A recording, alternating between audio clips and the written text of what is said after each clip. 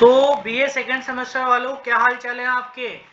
ये ब्रह्मास्त्र सिर्फ BA second semester वालों के लिए होने वाली है।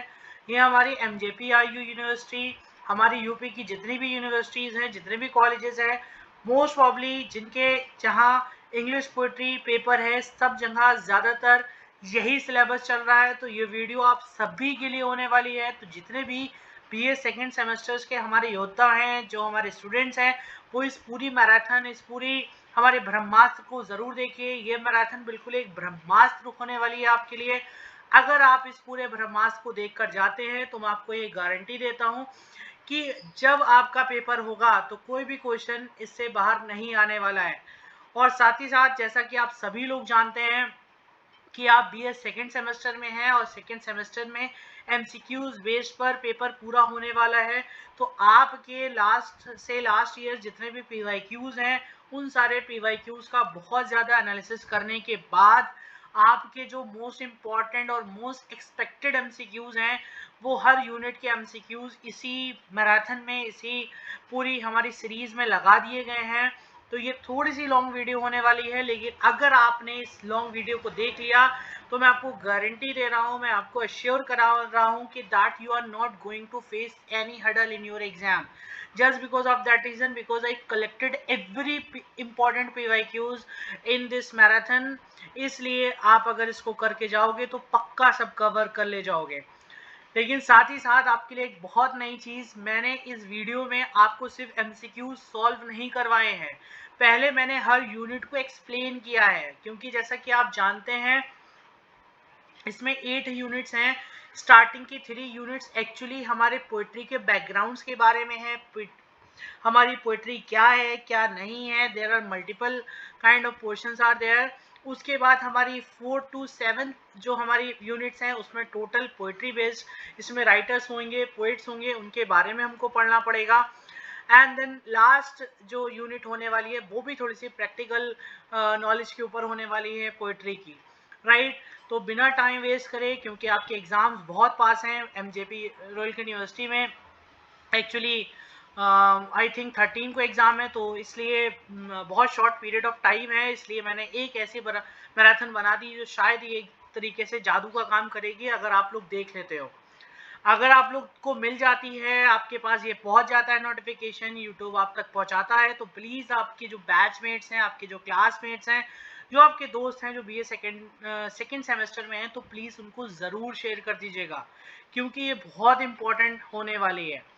तो without further delay I think हमको ये स्टार्ट करना चाहिए। तो थोड़ा सा बैकग्राउंड में चलते हैं, फटफट जल्दी से देख लेते हैं कि हमारी ये जो यूनिट है इसमें 8 यूनिट्स हैं। फर्स्ट यूनिट हमारी होने वाली है फॉर्म्स ऑफ पोइट्री। सेकंड हमारी यूनिट होने फॉर्म्स ऑफ पोइट्रीज में एक्चुअली हम लोग काफ़ी चीज़ों को पढ़ेंगे। हम लोग सोनेट्स कवर करने वाले हैं, हम लोग एलेजी कवर करने वाले हैं, हम लोग ओड को देखेंगे, हम लोग एपिक देखेंगे, बैलेट देखेंगे, ड्रामेटिक मोनोलॉग क्या होता है, एलेगरी क्या होती है, ये सारी चीज़ें देखेंगे। तो ये सारी जो एक्चुअली टर्म्स हैं, ये सारी हमारी पोइटिक, ये यूनिट फर्स्ट में है जो हमारी फॉर्म्स ऑफ पोइट्री है। सेकंड में आता है हमारी यूनिट सेकंड जो होगी हमारी स्टैंजा फॉर्म। इसमें एक्चुअली हम लोग देखेंगे पोइट्रीज के जो स्टैंजाज लिखे हुए होते हैं वो किस तरीके के होते हैं, कैसे कैसे लिखे जा सकते हैं। जैसे इसमें सबसे पहले नंबर पे होता है द हीरोइक कपलेट, सेकंड पे ब्लैंक वर्स होगा, थर्ड पे द स्पेंसिड इन स्टैंजा होगा, थर्ड पे टर्जा रीमा होगा।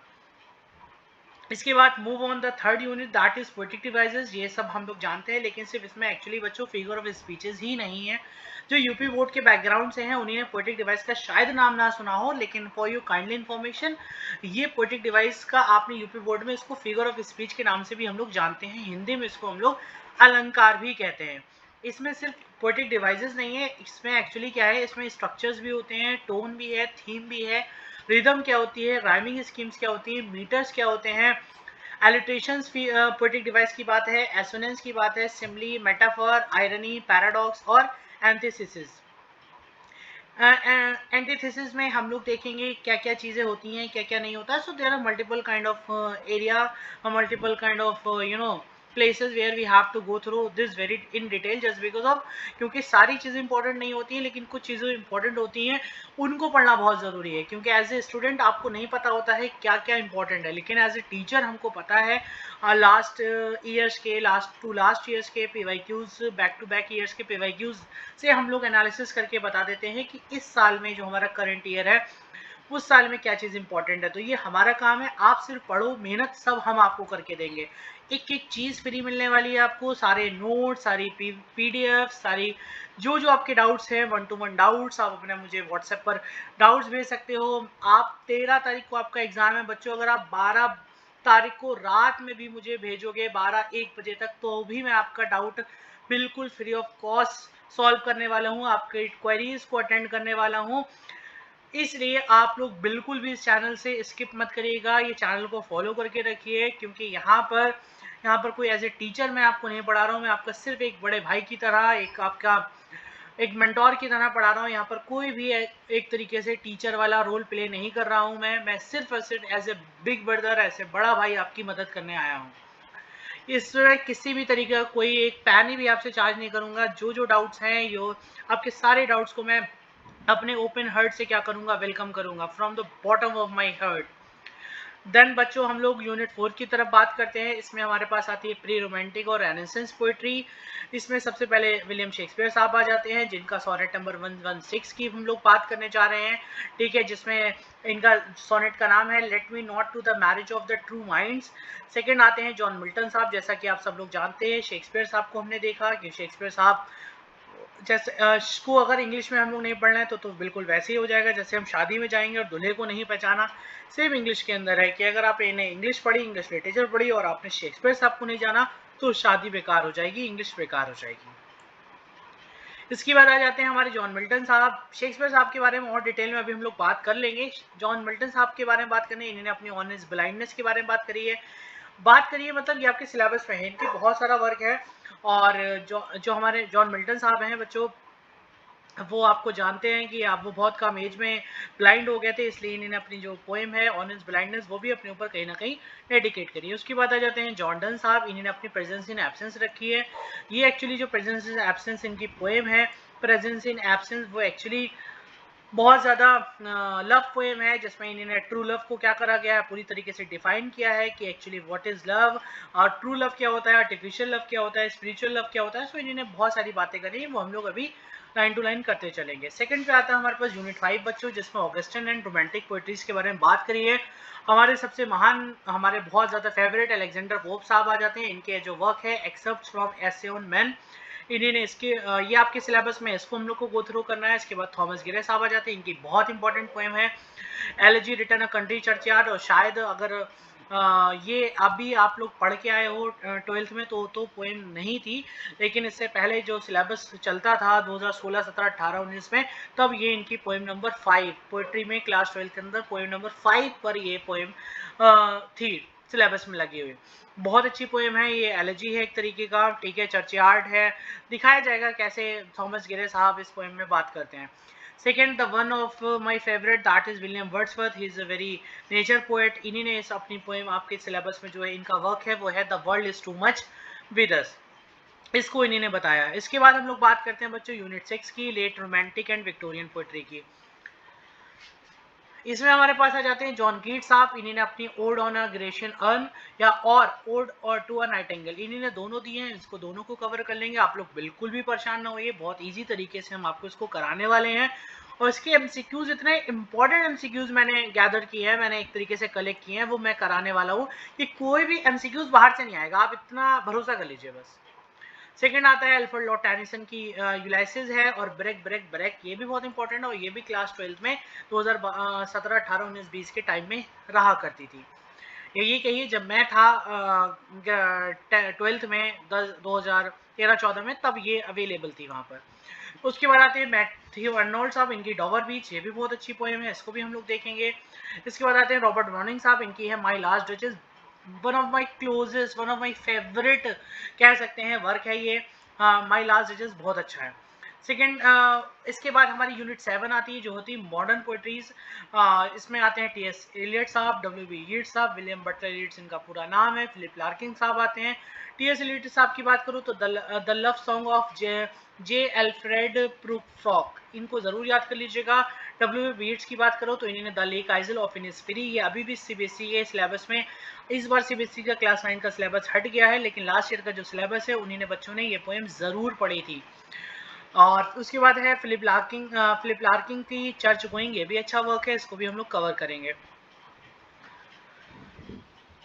इसके बाद आते हैं हम लोग बात करते हैं यूनिट 8 की, रेटोरिक एंड प्रोसोडी के बारे में बात करेंगे। ये क्या होता है, इसमें हमने आपको बताया था प्रैक्टिकल नॉलेज की थोड़ी सी बात करेंगे, प्रैक्टिकल एप्लीकेशंस होगा, आइडेंटिफाइंग लिटरेरी टर्म्स को हम लोग पहचानने की कोशिश करेंगे, मीटर्स पैटर्न को पढ़ेंगे, मीटर्स को भी हमने एक्चुअली थर्ड यूनिट में भी देखा था मीटर्स वगैरह को, ठीक है, स्टैंजा वाली में। एंड एनालिसिंग गिविंग स्टैंजाज और lines from the prescribe text, आपको कुछ टेक्स्ट दिया जाएगा जिसमें से आपसे क्या करा जाएगा, पूछा जाएगा कि ये लाइंस कहाँ से है, ये एनालाइज करिए। So there are multiple kind of question can be asked from this unit also, so no issue for that, you just simply stay on my video, I'll just cover the whole syllabus, whole paper English poetry in a single video, I will cover all units of 1 to 8, तो बिल्कुल भी परेशान ना होइए, ये जितने भी इसके क्वेश्चंस बनेंगे मैं पूरी क्वेश्चंस कराने की कोशिश करूंगा।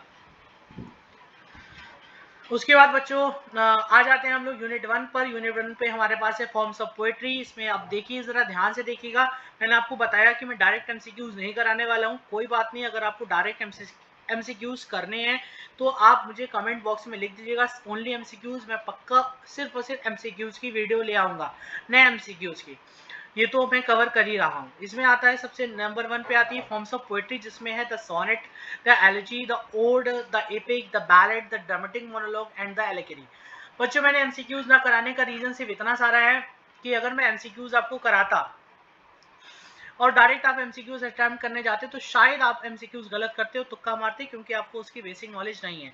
जैसे अगर मैं सोनेट अगर आपको ना पढ़ाऊं तो आपको सोनेट्स के ऊपर कोई क्वेश्चन आएगा, then you will only just guessing on that questions. If you want to sure on that particular question, so simply you have to go through the basics of this particular poetry और particular topic. मतलब like अगर आपको उस पर sure 100% sure होना है, confidence लाना है, तो आपको क्या करना पड़ेगा, आपको उस क्वेश्चंस को या उस टॉपिक को गो थ्रू करना पड़ेगा, उसके बाद ही आप उस क्वेश्चंस के ऊपर कंफर्टेबल हो सकते हो। तो कोई बात नहीं, मैं आपको सारी छोटे छोटे टॉपिक्स करके जल्दी जल्दी कवर कर देता हूँ।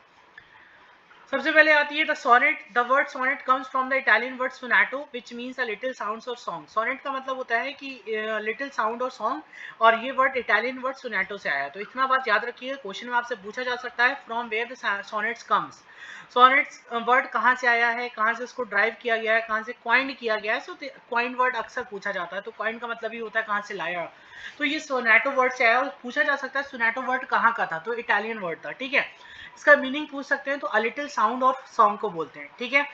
इन English literature a sonnet is lyrical poem consisting of exactly 40 lines. ये जरूर याद कर लीजिएगा, जो हमारा सोनेट है बच्चों, वो एक्चुअली क्या है, वो हमारा 14 लाइंस के ऊपर है। कितने ऊपर है, 14 लाइंस के ऊपर है। इसमें जरूर फोकस करिएगा, ये किसके ऊपर है, ये हमारा एक्चुअली 14 लाइंस के ऊपर है, ठीक है, इसको ध्यान दीजिएगा। इसके रिटन इन एम्बिक पेंटामीटर, अभी हम देखेंगे कि एम्बिक पेंटामीटर क्या होता है। फिर भी आप देख लीजिए, ब्रैकेट में करके लिखा है a poetic line with 5 stress and 5 unstress. 5 ऐसे वर्ड जो स्ट्रेस करे हुए होते हैं, 5 ऐसे जो अनस्ट्रेस्ड होते हैं।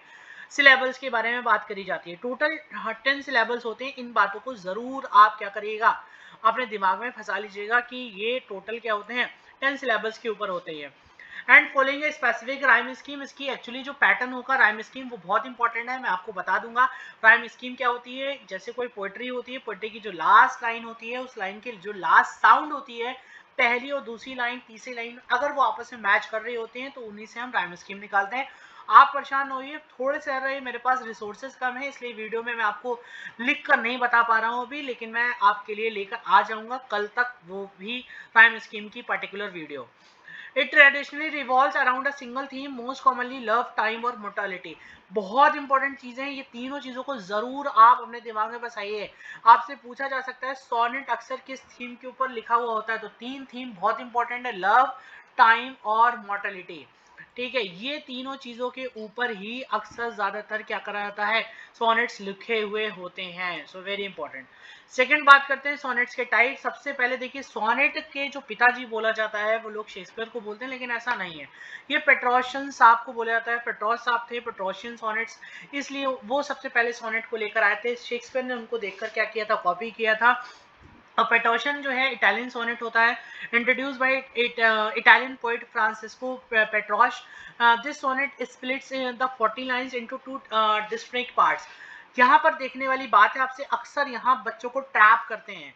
वो क्या करते हैं, वो आपको ये देखिए, जो मैं अंडरलाइन कर रहा हूँ इसको जरूर देखिएगा, जो इसको मैं येलो कर रहा हूँ, कि वो अक्सर बच्चों को ये पैटर्न देते हैं, अब्बा अब्बा, और पूछते हैं this pattern belongs from Shakespeare और पेट्रोशन। बच्चे अक्सर शेक्सपियर का नाम पता हुआ होता है, तुरंत वो अंधा लगा देते हैं तुक्का, और वो गलत हो जाते हैं। एक्चुअली इसकी जो पैटर्न है अब्बा अब्बा, वो पेट्रोशन का है, और शेक्सपियर ने पेट्रोशन के सोनेट को एक तरीके से क्या नहीं किया था, उन्होंने कॉपी नहीं किया था। ठीक है, तो इनमें क्या होता है, ऑक्टेव होती है स्टार्टिंग की, जो एक तरीके से क्या है 8 लाइंस है, मतलब 4 लाइंस। इस इन्होंने जो है क्या करा है, डायरेक्ट 8 लाइंस ली हैं और 6 लाइंस ली हैं, 2 भागों में अपनी सोनेट को डिवाइड करा है पेट्रोशन साहब ने। और जो स्टार्टिंग की 8 लाइन है उसको इन्होंने ऑक्टेव का नाम दे दिया। किसका नाम दे दिया है, ऑक्टेव का नाम दे दिया है। और जो लास्ट की इन्होंने 6 लाइंस ली हैं, इसको इन्होंने काहे का नाम दे दिया है, इसको इन्होंने हमारे सेस्टेट का नाम दे दिया है बच्चों। ठीक है, इनका पैटर्न यूं फॉलो हो रहा है, ए बी ए, मतलब अब्बा अब्बा, सी डी सी ई, ठीक है, इस तरीके से इन्होंने बोला है। वोल्टा लोकेशन 9 लाइन पर होती है, तो वो इतनी ज्यादा इंपॉर्टेंट नहीं है, लेकिन फिर भी देख लीजिए, ऑक्टेव और 2 सेस्टेट के बीच की होती है। ये थोड़ा सा डायग्राम बनाया है, इसको आप थोड़ा सारा जूम करके एक तरीके से क्या कर सकते हैं, देख सकते हैं कि इसमें पेट्रोशियन और शेक्सपियर के सोनेट्स का देखने को मिलेगा। पेट्रोशियन सोनेट जो है ऑक्टेव और सेस्टेट 2 पार्ट में लिखते हैं। इनकी राइमिंग स्कीम बच्चों क्या होती है, अब्बा अब्बा, सी होती है। वोल्टा इनकी 9 लाइन पर होता है। आइमिंग पैरामीटर मैंने अभी बताया था 14 लाइंस की होती है, वोल्टा कहलाता है। शेक्सपियरियन सोनेट्स को सुन लो, वो अभी मैं आगे एक्चुअली पढ़ाने वाला हूँ, तो देखने से बेटर है कि आप देख लो, इधर ही देखो आकर। ठीक है, डन सीन है। चलिए, इसके बाद आता है शेक्सपियरियन सोनेट। शेक्सपियरियन सोनेट में मैंने बताया developed because English has a few rhyming words then Italian. English के ज्यादा राइमिंग वर्ड्स नहीं थे इटालियन के कंपैरिजन में, इसलिए William Shakespeare popularize this form. William Shakespeare ने इस फॉर्म को पॉपुलराइज कर दिया। इट ब्रेक्स डाउन इनटू, अब इन्हीं ने अपने सोनेट को 3 भागों में तोड़ा है। पेट्रोशियन ने 2 भागों में तोड़ा, इन्हीं ने 3 भागों में तोड़ा। 3 भागों में क्या तोड़ा, हाँ मतलब आप कह सकते हो इन्हीं ने भी एक्चुअली कपलेट में तोड़ा है। और देखिए क्या होता है इनका, कि कपलेट क्या होते हैं, क्वार्टरेंस क्या होते हैं। इन्हीं ने 3 क्वार्टरेंस दिए, जैसे हमारे जो पेट्रोशियन थे उन्हीं ने क्या करा था, उन्हीं ने अभी आप देखिए उन्हीं ने ऑक्टेव लिया था, लेकिन इन्हीं ने अपना ऑक्टेव नाम नहीं लिया है, इन्हीं ने क्वार्टरेंस बोला है। क्वार्टर का मतलब होता है क्वार्टर, मतलब एक तरीके से 1/4। ठीक है, इन्हीं ने स्टार्टिंग के जो 3 पार्ट्स दिए हैं उसको इन्हीं ने बच्चों पता है क्या बोल दिया, इन्हीं ने उसको बोल दिया है क्वार्टरेंस।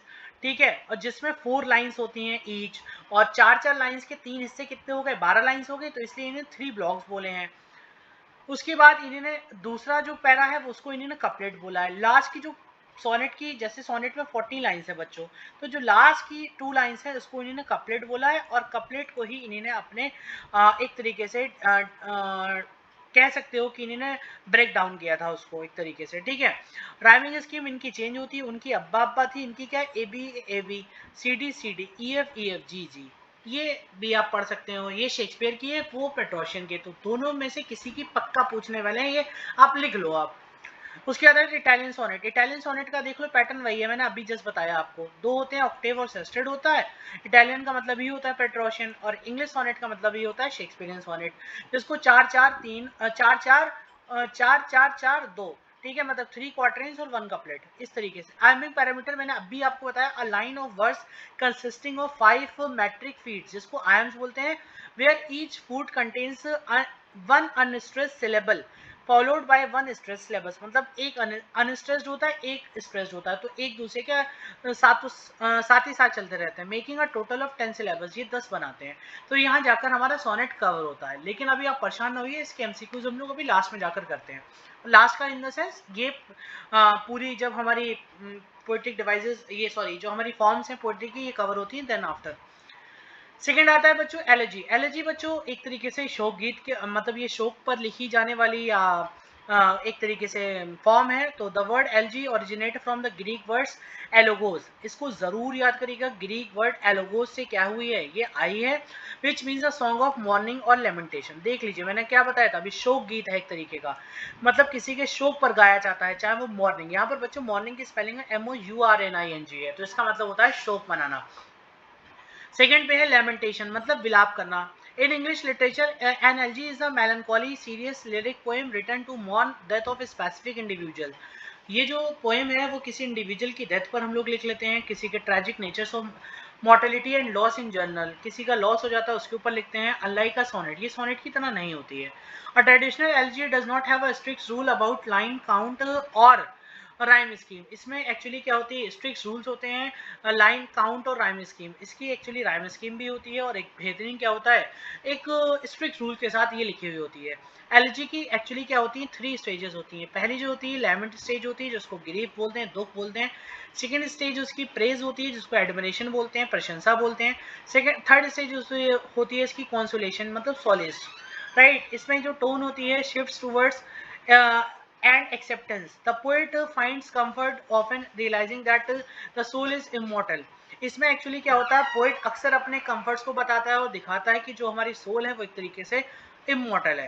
ठीक है, इसको आप इस ट्रिक से भी पढ़ सकते हो। ठीक है, अगर हम बात करें आपके सिलेबस की, आपके बीए सेकेंड सेमेस्टर में सिलेबस में एक्चुअली 2 मेन टाइप्स पूछे गए हैं हमारे एक तरीके से एलजी के, तो उसको जरूर देख लीजिएगा।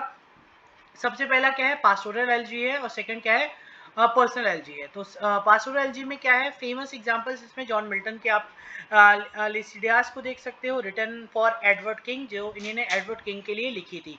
उसके बाद हम लोग देख सकते हैं पीबी शैलीज की एडोनिसिस को देख सकते हैं, रिटन फॉर जॉन कीट्स। बहुत इंपॉर्टेंट लाइन है ये, जरूर याद कर लीजिएगा, आपसे पूछा जा सकता है जो पीबी शैली की एडोनिसिस है वो इन्होंने किसको एक तरीके से डेडिकेट करी थी, तो याद रखिएगा जॉन कीट्स आपको इन्होंने डेडिकेट करी थी। इसके बाद आते हैं हम लोग पर्सनल एलिजीज पर। हम लोग देखते हैं the poet mourns the loss of close friends, family members और लव्ड वन डायरेक्टली। इसमें क्या होता है, किसी अपने फैमिली मेंबर्स को, कभी किसी क्लोज फ्रेंड को और या किसी लव वन को हम डायरेक्टली क्या कर देते हैं, डेडिकेट कर देते हैं, उसको हम पर्सनल एलिजीज बोलते हैं, राइट। आपके सिलेबस में यही 2 आ रही है, तो इसको जरूर जरूर पढ़ लीजिए आप। सेकेंड हम बात करते हैं बच्चों द ओड। ओड भी एक तरीके का हमारा फॉर्म है पोएट्री का। तो देखिए the word ode comes from the Greek word aeidein, ठीक है, विच मीन्स टू सिंग। इसका मतलब होता है गाना, टू चैंट, या एक तरीके से ये भी एक तरीके से गाने को ही बोलते हैं। In English literature an ode is a song serious lyrics poem that is written to praise, glorify और exalt a specific person, object, place और एब्स्ट्रैक्ट आइडिया। इसमें सॉन्ग होता है, इसमें सीरियस लिरिक्स पोएम्स होती हैं, ये सारे हमारे ओड के टाइप्स होते हैं। इसके कुछ द की डिफरेंस क्या होते हैं, देखो सोनेट, अब जितना हमने अभी तक कवर किया है एक बार इसको क्विक रिवीजन देख लेते हैं जल्दी जल्दी फटफट। इसको देखते हैं, अभी आप ये क्लियर हो जाएगा आपको, इसको जल्दी से हरी झंडी दे देते हैं। देखो की डिफरेंस क्या है, sonnet is exactly 14 lines long. Sonnet 14 lines का एक लॉन्ग पोएम होती है, done, seen, clear. And elegy express intense grief, sadness. Elegy हमेशा दुख, दर्द को, पीड़ा को क्या करता है, दिखाता है, क्लियर, डन, सीन है। And ode has no fix time limit. Ode की कोई फिक्स टाइम लिमिट नहीं होती है। Express praise and high admiration, ये अक्सर ज्यादातर सेलिब्रेशंस वगैरह को क्या करता है और प्रेज वगैरह को दिखाता है, डन। उम्मीद है आपको ये समझ में आ गया होगा। उसके बाद बात करते हैं हम लोग सेकंड नंबर पे the 3 forms of an ode. Ode जो ओड है, ओड की 3 फॉर्म्स है। For BA exams you must know the 3 main types of odes. Odes के 3 टाइप्स को जरूर याद करिए, बीए में ये जरूर आ रहा है, बार बार रिपीट हो रहा है, चाहिए आप पीवाईक्यूज लास्ट ईयर का पेपर उठा के देख लीजिए, ये जरूर रखा हुआ है पेपर में, इसलिए मैंने इसको रेड सर्किल कर दिया, खतरे वाला। क्या है सुनिएगा, named after the ancient Greek poet Pindar. These were originally sung by moving chorus on stage. Stage पे ये कोरस के द्वारा घूमता हुआ कोरस होता है, जो एक तरीके से पूरे प्ले को सूत्रधार जिसको हम लोग बोलते हैं, वो जब स्टेज पे घूमता है तो इसको एक तरीके से क्या करता है, गाता है। तो they follow a very strict 3 part structural dance sequence. इसको जरूर याद कर लीजिएगा, लेकिन मैंने इसके लिए ट्रिक बनाई है, ट्रिक से भी पढ़ लेंगे, पहले आप इसको थोड़ा सा डिटेल में देखिए। सबसे पहले पार्ट पर होता है स्ट्रोफे, ठीक है, स्ट्रोफे होता है, सेकंड पर होता है एंटी स्ट्रोफे, थर्ड पर होता है एपॉड। एस्ट्रोफे क्या होता है? The chorus move from right to left, जो राइट से मतलब सीधे से उल्टी तरफ जाए वो हमारा एस्ट्रोफे होता है। सेकेंड होता है एंटी एस्ट्रोफे। देखो बच्चों, एस्ट्रोफे से पहले एंटी लगा हुआ है, एंटी का मतलब ही होता है, आजकल देखो कैसे लोगों में एक दूसरे से एंटी हो रहे हैं, किसी की सक्सेस बर्दाश्त नहीं होती है तो एक दूसरे से एंटी हो जाते हैं, रिश्ते खराब हो जाते हैं, तो बहुत सारी चीजें हैं। तो एस्ट्रोफे से पहले एंटी लगा है तो उसका मतलब वो उससे एंटी होता है। मतलब कैसे, सुनिएगा। एस्ट्रोफे का मतलब था राइट टू लेफ्ट, लेकिन एंटी एस्ट्रोफे का मतलब होता है left to right. So that is the kind of contradiction, that is kind of एक तरीके से अपोजिट, वो एक दूसरे के अपोजिट होते हैं, एक दूसरे के कॉन्ट्राडिक्ट होते हैं। तो मैचिंग द एग्जैक्ट मीटर और द ऑफ द एस्ट्रोफे इज, एस्ट्रोफे का सेम एग्जैक्ट मीटर को नापते हैं, एग्जैक्ट लेंथ को नापते हैं, लेकिन उल्टी डायरेक्शन से। जैसे एस्ट्रोफे राइट से लेफ्ट जा रहा है तो वो लेफ्ट से स्टार्ट करते हैं और राइट की तरफ जाते हैं, वो जहां खत्म करता है वो वहां से शुरू करते हैं, और वो वहां से शुरू करते हैं वहां से खत्म करते हैं। तो there is a kind of perplexity या काइंड ऑफ कंफ्यूजन कह सकते हो।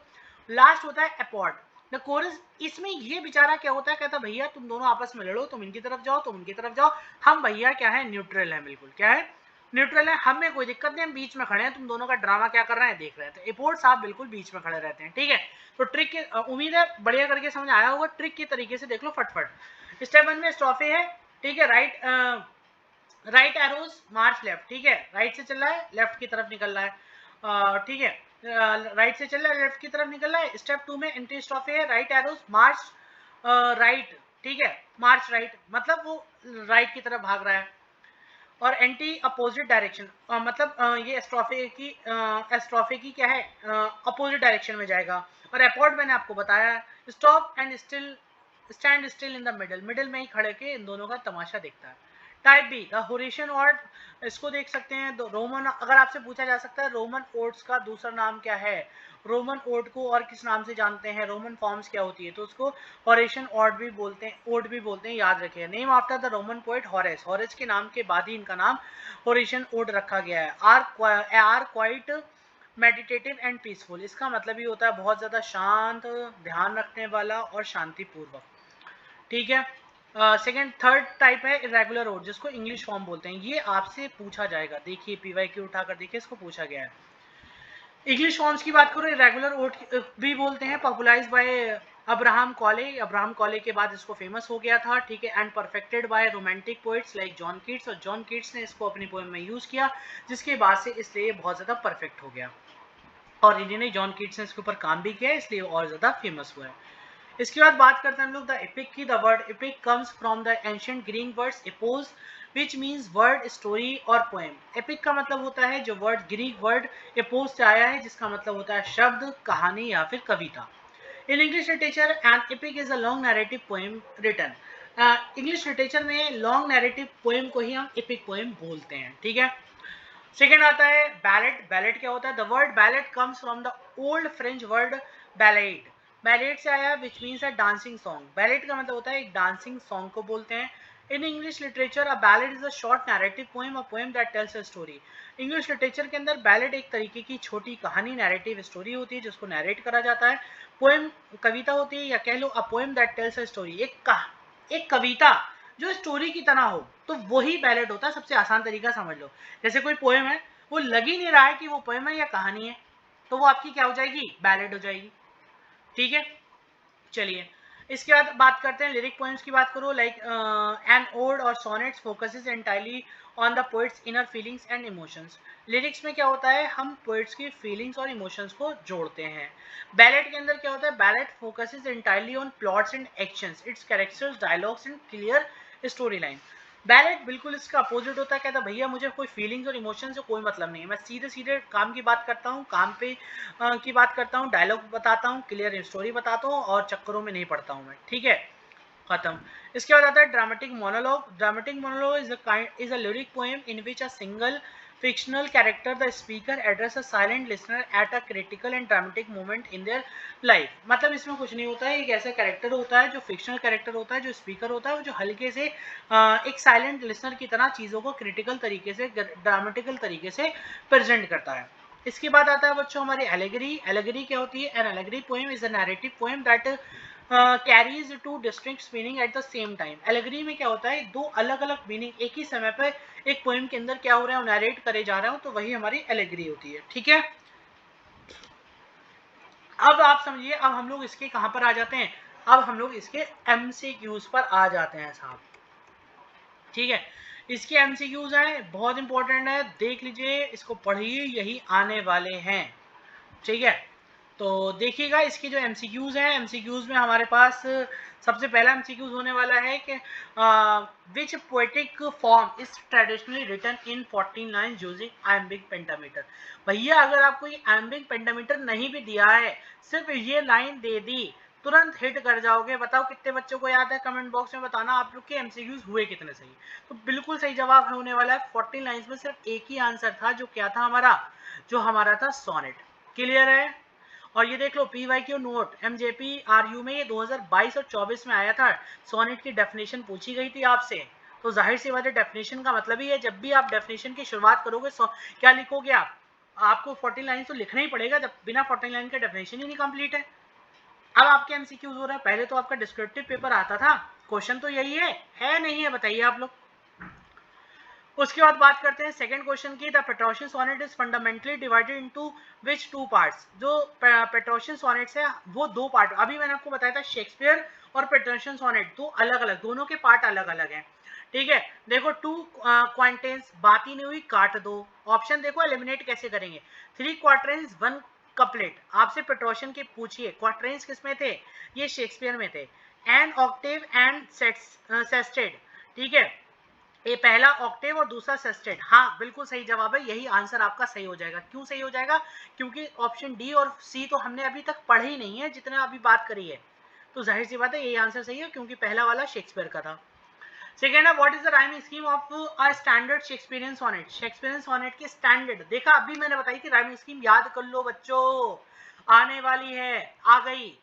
अब्बा अब्बा किसकी है, पेट्रोशियन सोनेट की है, हटा दो साहब। A B C D E F G G, भैया यही तो भी पढ़ी है, लगा दो, यही है किसकी, शेक्सपियर साहब की। ठीक, उसके बाद देख लो ऑप्शन, ये पीवाईक्यू 2025 में शेक्सपियर सोनेट की राइम लेआउट पूछा था, 2025 लास्ट ईयर के पेपर में, उठाना पेपर उठाकर देख लो, यही आया है क्वेश्चन, पीवाईक्यूज हैं उठाए हुए। अभी मैंने अभी आपको बताया था वोल्टा क्या था, अनइंपॉर्टेंट है लेकिन क्वेश्चन आ गया, लेकिन देख लो वोल्टा और turning point in thought occurs in Petrarchan sonnets between, मैंने अब भी बताया, और जो ग्राफ दिखाया था वो भी बताया था। 9 लाइन, इन्हें 8 दे दिया, आपको सिर्फ और सिर्फ 9 देखना है, सिर्फ 9, यही सही जवाब हो जाएगा आपका बच्चों। इसका ये कब आया है, ये एक तरीके से पीवाईक्यू रिपीटेड कॉन्सेप्ट्स में यूज करा गया है। डेफिनेशन ऑफ वोल्टा, वोल्टा की डेफिनेशन बता दो। सेकेंड है, an elegy is a poem written primarily to, जो हमारी एल जी पोएम है वो प्राइमरली क्या काहे में एक तरीके से लिखी हुई है, तो सेलिब्रेट अ मैरिज सेरेमनी। भैया हमने बताया एल जी का मतलब दुख, दर्द, पीड़ा, चिंता, परेशानी, अफसोस, मौत, शोक, ये इसका मतलब होता है साहब। सेलिब्रेट जैसे है, काट दो, एल जी कभी हो ही नहीं सकता। प्रेस का मतलब प्रशंसा, तारीफ करना, नेचर की हटा दो भैया, हो ही नहीं सकता। दो चीजें हैं तुम्हारे पास, सटायर, व्यंग मारना, लेकिन हमने तो पढ़ा एलजी का मतलब दर्द, दुख, पीड़ा, परेशानी, दर्द ही होता है, लेमेंट को ही बोलते हैं। आंसर देखने की जरूरत ही नहीं है, 2021 एमजेपी में आया है पीवाईक्यूज, ये देख लो बस। इसके बाद बच्चों बात करते हैं क्वेश्चन नंबर 6 की, मिल्टन्स की एक तरीके से लिसिडेस जो है एंड शेलीज की एडोनिसिस है, are classic examples of which specific subgenre. इसमें कौन सा जेनरा यूज करा गया है बच्चों, याद रखना, ल्यूसियास मिल्टन की थी, एडोनिसिस भी इनकी थी। हमने कोरल ओड तो पढ़ा ही नहीं, हमने मॉक एपिक नहीं, हमने मॉक एपिक पढ़ा है, चलो समझ आता है, स्पेंसरियन सोनेट भी अभी नहीं पढ़ा, हमने एक ही चीज पढ़ी थी अभी, पर्सनल एलजी और पास्टोरल एलजी, तो जाहिर सी बात है वही आंसर होगा साहब, एक्स्ट्रा क्यों ले जाएंगे। एमजेपी 2024 में आया है, आइडेंटिफिकेशन ऑफ पास्टोरल एलजी, मैंने अभी बताया आपको, जो एक तरीके से दुनिया भर की मौत के बारे में क्या करी जाए, एक तरीके से लिखी जाए, इधर उधर का दर्द, शोक वगैरह कराया जाए, लेमेंटेशन, वो होती है पास्टोरल। पर्सनल क्या होती है, कोई अपना करीबी मर जाए, दोस्त मर जाए, ठीक है, रिश्तेदार, घर वाला, ठीक है, वो आपकी बिलव्ड, किसी की दोस्त, गर्लफ्रेंड, सोना बाबू, भैया, वो सब पर्सनल में आ जाते हैं, तो याद रखिएगा इतना। इसके बाद बात करते हैं क्वेश्चन नंबर 7 की, which poetic form is characterized by an elaborate dignified and highly formal address to a person और सब्जेक्ट।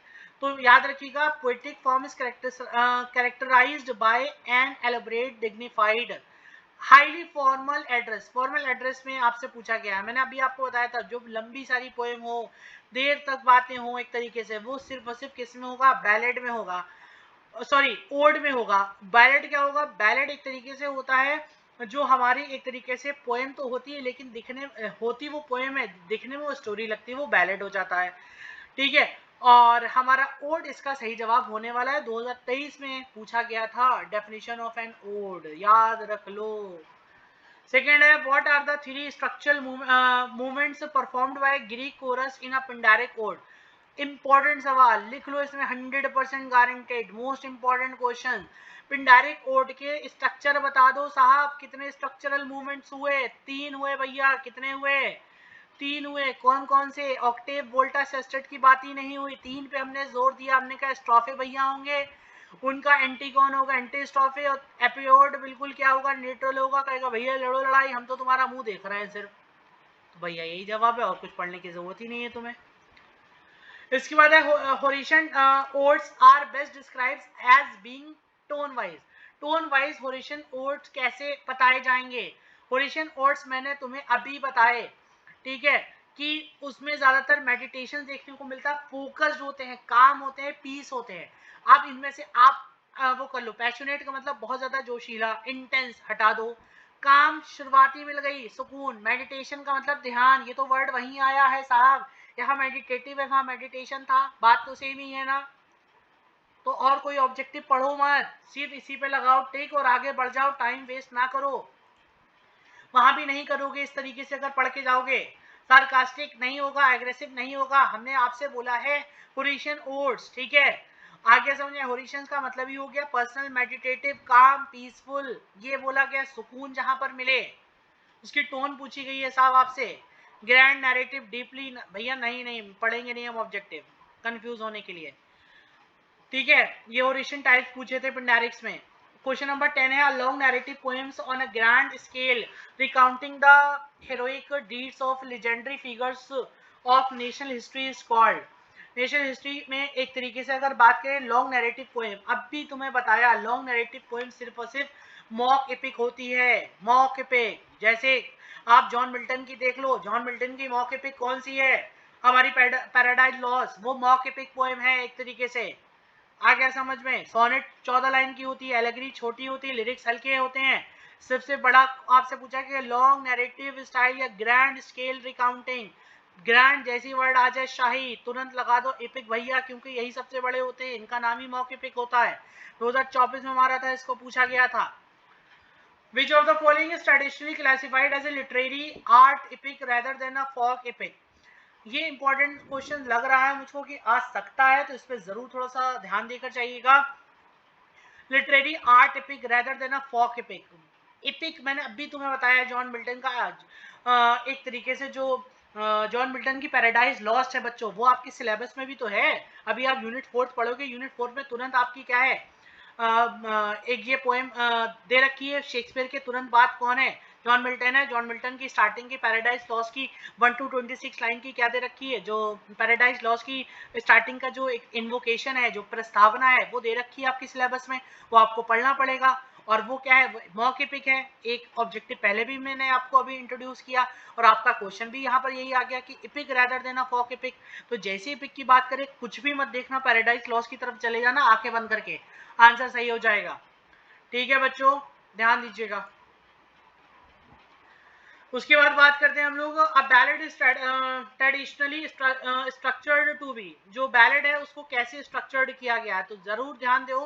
बैलेड मैंने अभी बताया कि बैलेड क्या होता है, एक पोएम जरूर होती है, लेकिन जब उसको देखने में आप देखोगे तो पोएम की तरह नहीं लगती है, वो किसकी तरह लगती है, वो स्टोरी की तरह लगती है। तो अ सॉन्ग और poem that tells a narrative story, एक गाना या एक कविता जो आपकी कहानी को बताए।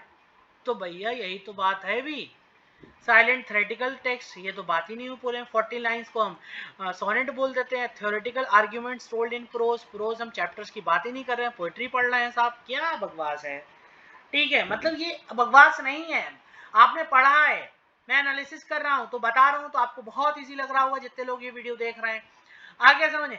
लेकिन वो बच्चे जो पहली बार देख रहे होंगे एमसीक्यूज ये, वो कहेंगे अरे चारों सही है, वो फिर वो हेड टेल करेंगे, मैमपिट खेलेंगे, इसमें 2 का पहले खेलेंगे, फिर 2 का खेलेंगे, इनमें से जो जीतेगा, इनमें से जो जीतेगा उन दोनों का फाइनल करवा देंगे, जो फाइनल निकलेगा उसी को टिक लगाएंगे, जय माता दी कहकर क्या हो जाएंगे, आगे बढ़ जाएंगे।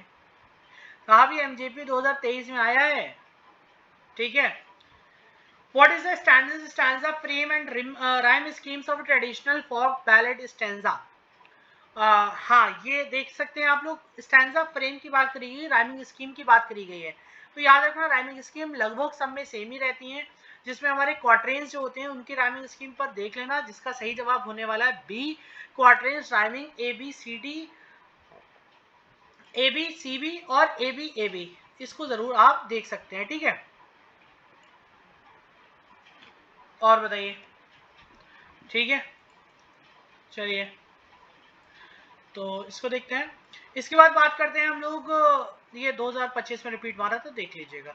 Who is universally recognized as the absolute master of dramatic monologue form in English literature? भैया भैया भैया, ये है धुरंधर सवाल, ये है धुरंधर सवाल, लगाओ इसमें इंपॉर्टेंट, लिखते रहे हम भैया ब्रैकेट में इसमें इंपॉर्टेंट, तो मानो चाहे ना मानो, इंपॉर्टेंट लिख लो बच्चों, लिखो इस पे इंपॉर्टेंट, ये है धुरंधर सवाल, इसको हम करेंगे पूरे क्वेश्चन को रेड।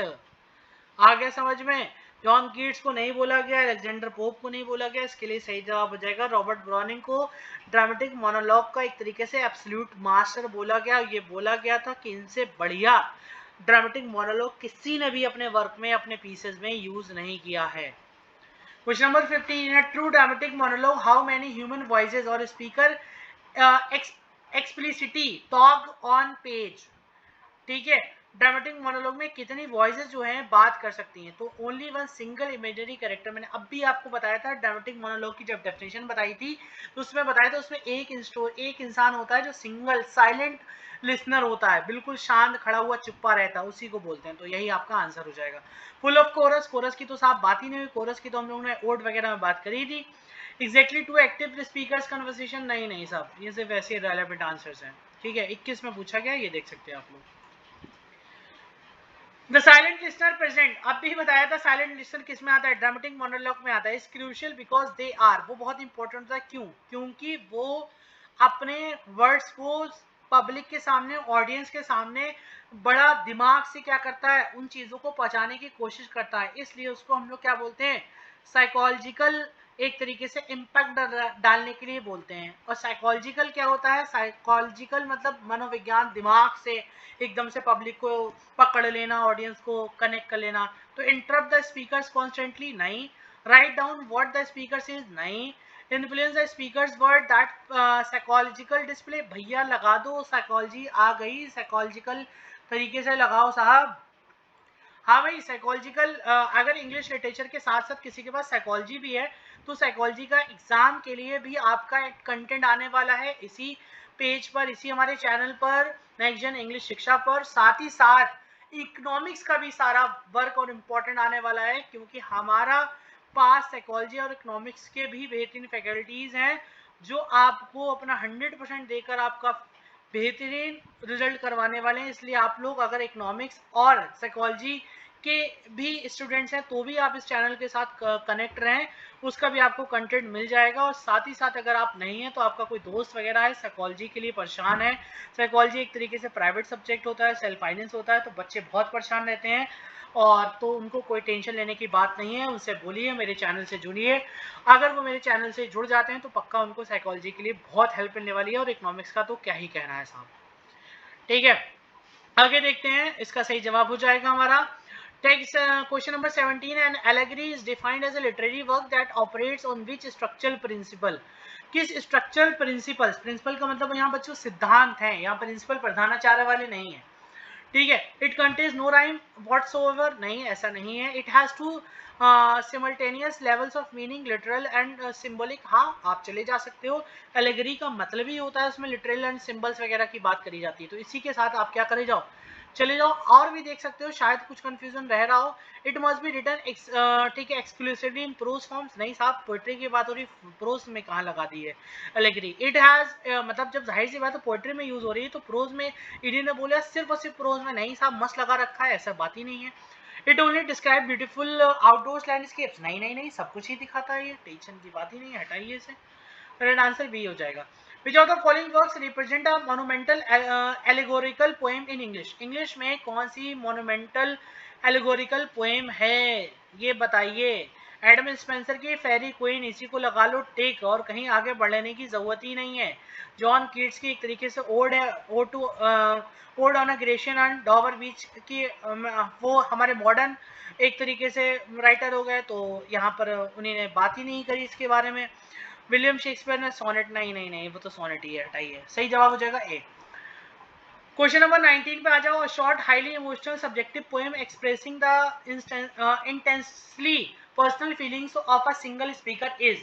सिंगल स्पीकर्स की एक तरीके से जो इंटेंसली पर्सनल फीलिंग्स होती हैं वो क्या होती हैं? लिरिक्स होता है, एपिक होता है, मॉक हीरोइक नैरेटिव होता है, ड्रामेटिक होता है। लिरिक्स।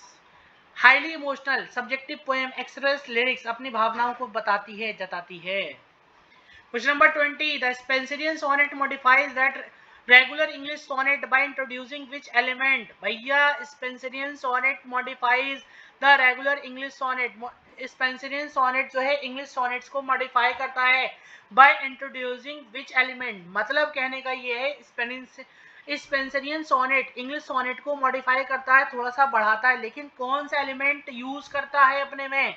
तो भैया सिर्फ और सिर्फ उसके अंदर जो राइमिंग स्कीम होती है वही उसको क्या करती है, अलग बनाती है। और राइमिंग स्कीम सिर्फ एक ही ऑब्जेक्टिव में दी गई है, वो है बी वाला। तो लगा दो इसका आंसर बी। बच्चों ये आपकी यूनिट फर्स्ट जाकर कंप्लीट होती है। आ गया समझ में? इसके बाद हम लोग बात करते हैं यूनिट 2 की, जिसमें स्टैंजा फॉर्म्स होती हैं। द हीरोइक कपलेट होता है, ब्लैंक वर्स होता है, स्पेंसरियन स्टैंजा होता है, टैर्जा रीमा होता है। सबसे पहले हीरोइक कपलेट को पढ़ते हैं। A heroic couplet is a traditional poetic form consisting of two rhyming lines written in a iambic pentameter. ठीक है, let's use an even clearer modern soundings one by one, या कह सकते हो वन बाय पोप। ठीक है, true ease in writing comes from art not chance. Rhyme A, as those move easiest who have learned to dance, chance dance. Rhyme A rhyme A दोनों मिल रही हैं, बस यही तो साहब राइम है, यही तो क्या है, हीरोइक कपलेट है, जोड़ा लग गया इनका। हीरोइक कपलेट का मतलब ये traditional poet consisting rhyming scheme lines iambic pentameter. आप ही समझ। Blank verse poetry written in under in unrhymed and iambic pentameter. भैया ब्लैंक वर्स तुमसे बोले तो बोलते हैं वो ब्लैंक ही है। ब्लैंक मतलब खाली, उसमें ना कोई राइम ना कोई एक तरीके से आइम्बिक पेंटामीटर। मतलब एम्बिक पेंटामीटर तो होगा, लेकिन एम्बिक पेंटामीटर में सिलेबस तो यूज होंगे, 5 स्ट्रेस 5 अनस्ट्रेस, लेकिन राइम वाइम कुछ नहीं मिलेगी। एबीसीडी निकालो कोई भैया शेक्सपियर की तरह अब्बा अब्बा, प्रिट्रैक्शन की तरह अब्बा अब्बा करो, उनकी तरह ए बी करो, ये नहीं होगा भैया कुछ भी इसमें। ब्लैंक वर्स है ये। चलो इसके फटफट क्या कर लेते हैं हम लोग, देख लेते हैं क्वेश्चंस को। स्पेंसरियन स्टैंजास को देखते हैं, टैर्जा रीमा को देख लेते हैं अभी हम लोग। इसके एमसीक्यूज आ गए, पहले इसको देखते हैं। What defines the heroic couplet in English poetry? English poetry में इन सब चीजों को क्या डिफाइन करता है? हीरोइक कपलेट को क्या डिफाइन करता है? हीरोइक कपलेट मैंने अभी तुम्हें बताया कि इसमें कॉन्जिक्यूटिव राइम स्कीम, 2 लाइन होगी, जोड़ा बना हुआ होगा। हीरोइक कपलेट, कपलेट का मतलब ही जोड़ा, वही होगा हमारा हीरोइक कपलेट। जोड़ा सिर्फ एक ही में आया, इसी में और किसी में नहीं आया।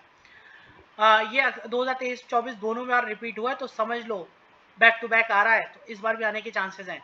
विच लिटरेरी पीरियड और school of poets favoured the close heroic couplet above all else? The romantic period, the new classical Augustan age, the modernistic era, the Victorian period. आपसे पूछा गया लिटरेरी पीरियड और स्कूल ऑफ पोएट्स किसको बोला गया, तो भैया ऑगस्टिन एज को बोला गया था, या साथ ही साथ उसको नियो क्लासिकल एज भी बोलते हैं, तो उसको भी बोल दिया। रोमांटिक पीरियड वर्ड्सवर्थ वगैरह की बात हुई है, उसमें स्कूल ऑफ पोएट्स की बात ही नहीं करी गई थी। ठीक है, तो टेंशन ना लीजिए। थर्ड पे, blank verse is technically characterised by which structural formula? Blank verse में कौन से स्ट्रक्चर फॉर्मूला को यूज करा गया? मैंने अभी तुम्हें बताया, ब्लैंक का मतलब खाली, बिना कुछ करे कराए, है ही नहीं उसके अंदर कुछ, बिल्कुल खाली, मतलब बिना कोई राइम, बिना कोई लाइन, कुछ भी नहीं, बिना लाइन बनाए, बस लिखा है, लिखने दो अंधा, ठीक है। तो इसलिए अनराइम और iambic pentameter, and iambic pentameter तो भैया मिलेगा मिलेगा। देखो पेंटामीटर है आइम्बिक ऊपर भी, लेकिन उसमें राइम्ड है, हटा दो। राइम्ड है लेकिन ठीक है, ट्रोटैक्ट है, हटा दो भैया, नहीं होगा। तो यही सही जवाब आपका होने वाला है। सेकेंड बात है, which English master popularise blank words on the public stage before Shakespeare establishing as its mighty line. कौन सी लाइन इसमें यूज करी गई है? Which English master popularise blank words on public stage before Shakespeare, Shakespeare से पहले किसने blank words को पब्लिक स्टेज पे यूज करा था? तो भैया ये यूनिवर्सिटी विट्स के सबसे धुरंधर आदमी है। ये जो नाम है, इसका जो आंसर है वो है हमारे क्रिस्टोफर मार्लो साहब। इंग्लिश लिटरेचर में आप आगे जब जाओगे डिटेल में तो आपको पढ़ने को मिलेगा यूनिवर्सिटी विट्स, ठीक है। यूनिवर्सिटी विट्स, विट्स का मतलब होते हैं बुद्धिमान, यूनिवर्सिटी का मतलब हमारे एक तरीके से विश्वविद्यालय जो नाम था ऊपर, वो आप भी डिटेल में जाएंगे तो टॉपिक लंबा हो जाएगा। तो यूनिवर्सिटी विट्स समझ लो आप, ठीक है। एक टर्म है जिसमें 6 लोग थे, बहुत बड़े बड़े नाम थे, ठीक है। तो इसमें हमारे क्रिस्टोफर मार्लो साहब का भी नाम था, और यूनिवर्सिटी विट्स में सबसे ज्यादा वाइजेस्ट, सबसे ज्यादा बुद्धिमान हमारे क्रिस्टोफर मार्लो साहब को ही माना जाता था, और यूनिवर्सिटी विट्स में सबसे ज्यादा फेमस भी यही थे साहब। तो इसलिए थोड़ा सा मैंने इसका बैकग्राउंड बता दिया आपको।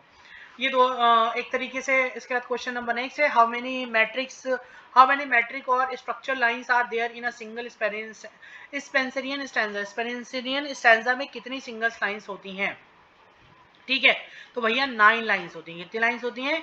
9 लाइंस होती हैं। 4 हटा दो, 7 हटा दो, 8 हटा दो, 9।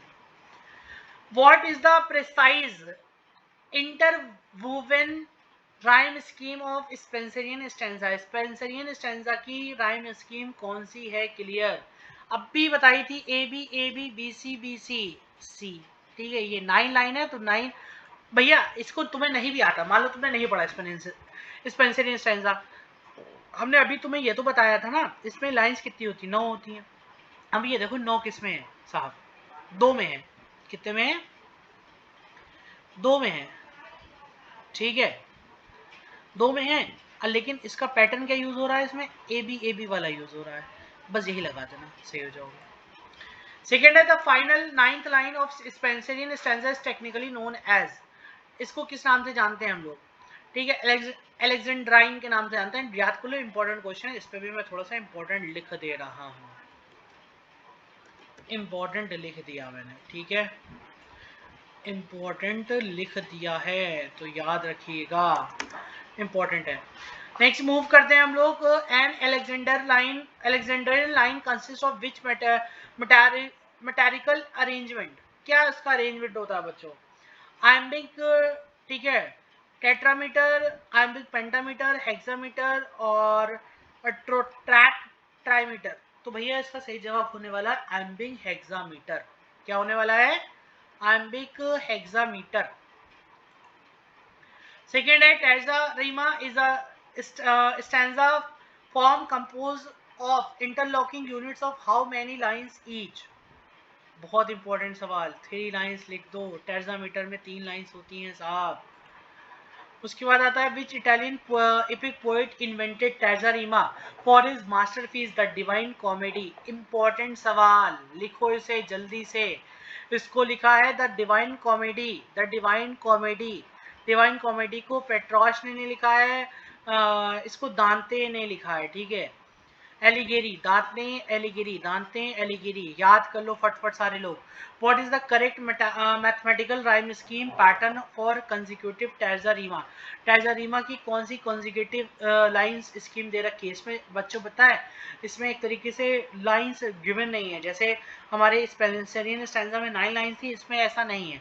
तो इसलिए इसमें सही पैटर्न यूज उसमें हो रहा था ए बी, इसमें भी एक्चुअली ए बी होगा, लेकिन 3 लाइंस होती हैं टेर्जारीमा में, ठीक है। तो इसलिए इसमें 3 का पैटर्न ये फॉलो हो रहा है, तो इसी के साथ चले जाइएगा। इसमें B C D E D, ठीक है। Which major romantic poet listed in your wider syllabus framework masterpiece applies terza rima? आपके एक तरीके से कौन सा रोमांटिक पोएट है जो बहुत ज़्यादा फेमस है आपके हिसाब से, आपके वाइडरली सिलेबस में देखने को मिलता है? तो शैली की जो शैली की ode to the west wind है, वो बहुत इंपॉर्टेंट है, इसलिए इन्हें बता रखा और बहुत ज़्यादा फेमस है। A stanza consisting of exactly 4 lines of verse is universally designed as couplet, tercet, quatrain, sestet. सही जवाब हो जाएगा stanza consisting 4 lines each verse. तो बच्चिया 4 लाइन अभी काहे में देखा था? 4 लाइन अभी शेक्सपियर वाले में देखा था आपने, ठीक है। उसने बताया था क्वार्टरेन लिया था, क्वार्टरेन में 3 क्वार्टरेन थे, एक कपलेट था। तो 3 क्वार्टरेन का मतलब 3 × 4 = 12 और 2 का मतलब 4। तो मतलब वो शेक्सपियरियन सोनेट का पैटर्न था 40 लाइन का, ठीक है। चलिए आगे बढ़ते हैं। Rhyme royal is famous courtly English stanza from consisting of how many lines? 6 lines, 7 lines, 8 lines, 9 lines, बताइए। राइम रॉयल इंपॉर्टेंट क्वेश्चन है, जरूर इसको टिक करिएगा। इसके लिए सही जवाब हो जाएगा आपको बच्चों 7 लाइंस। कौन सा हो जाएगा? 7 लाइंस, ठीक है। Ottava rima is an 8 line stanza imported from Italy with which specific rhyme scheme? भैया बताइए राइम स्कीम। ज्यादा सवाल इससे नहीं आएंगे, परेशान होइए, ज्यादातर आपके सवाल यूनिट से आने वाले हैं, तो 4, 5, 6 यूनिट से, क्योंकि वहाँ वर्क वगैरह है ना। लेकिन फिर भी 1-2 राइम स्कीम से जरूर सवाल होने वाले हैं, इस पे आप जरूर याद रखिएगा। नेक्स्ट है हमारा when a heroic couplet stands completely self contained grammatically and finishes a full thought, it is called an. इसको क्या पुकारा जाता है बताइए? इसको हम लोग पुकारते हैं क्लोज कपलेट। क्या पुकारते हैं? क्लोज कपलेट पुकारते हैं बच्चों। किसको? Heroic couplet stand completely self contained, self contained grammatically and finish a full thought, it is called, ठीक है। If a sentence runs over from one line to a couplet, अगर एक सेंटेंस क्या होता है, जाता है एक लाइन ऑफ कपलेट के ऊपर into the next without terminal punctuations, ठीक है, पंचुएशंस, दिस इज कॉल्ड। अगर एक सेंटेंस में एक लाइन है जो कपलेट की तरफ जाती है विदाउट टर्मिनल पंचुएशन, बिना रुकाए, तो उसको क्या पुकारा जाएगा? तो उसको बच्चों इंजैबमेंट पुकारा जाता है। बच्चों इंजैबमेंट एक तरीके की पोएटिक डिवाइस भी होती है, पता है क्या? जैसे कोई पैरा गिवन है 4 लाइंस का, पहली line without any punctuation mark, कोई भी पंचुएशन मार्क नहीं है, ना कॉमा है, ना फुल स्टॉप है, कुछ भी नहीं है। और सेकेंड लाइन वो भी उसके last word without punctuation mark, no comma, no punctuation, no conjunction, no colon, no semi colon, no full stop, no apostrophe, कोई भी पंचुएशन मार्क नहीं है, तो उसको इंजैबमेंट बोलते हैं। तो इसका भी सही जवाब हमारा वही होने वाला है, क्योंकि सवाल बिल्कुल वही है, ठीक है। सेकेंड है which metre is use as the absolute standard base for blank words? Heroic couplets and sonnets. बहुत इंपॉर्टेंट सवाल, 3 चीजें पूछनी एक ही सेंटेंस के अंदर। तुम्हें अगर कुछ भी आ रहा होगा तो एक ही सेंटेंस से तुम इसका आंसर क्या कर सकते हो?